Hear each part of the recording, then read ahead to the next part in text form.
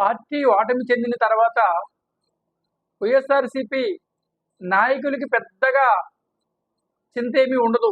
ఎందుకంటే వాళ్ళకి మిగిలిన పార్టీలో కూడా వాళ్ళకి సాన్నిహిత్యాలు ఉంటాయి కాబట్టి వాళ్ళ వరకు రానియకుండా టీడీపీ అధికారంలోకి వస్తే వైసీపీ నాయకుల్ని, వైసీపీ అధికారంలోకి వస్తే టీడీపీ నాయకులు కాపాడుకుంటారేమో కానీ కార్యకర్తల పరిస్థితి అలా ఉండదు.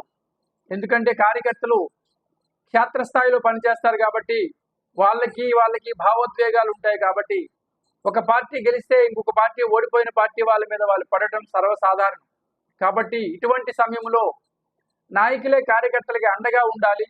మీరే అండగా లేకపోతే ఆ కార్యకర్తల పరిస్థితి ఏంటన్నది మీరు ఒకసారి ఆలోచించి నాయకులందరూ కార్యకర్తలకి అండగా ఉండి ఎక్కడైనా చెదురుమదురు సంఘటనలు జరిగినట్లయితే వాళ్ళ ఇళ్ళకి వెళ్ళి వాళ్ళకి పరామర్శించి మనోధైర్యాన్ని కల్పించాలని మనస్ఫూర్తిగా కోరుకుంటూ లైక్ చేయండి, షేర్ చేయండి, సబ్స్క్రైబ్ చేసుకోండి. Thank you.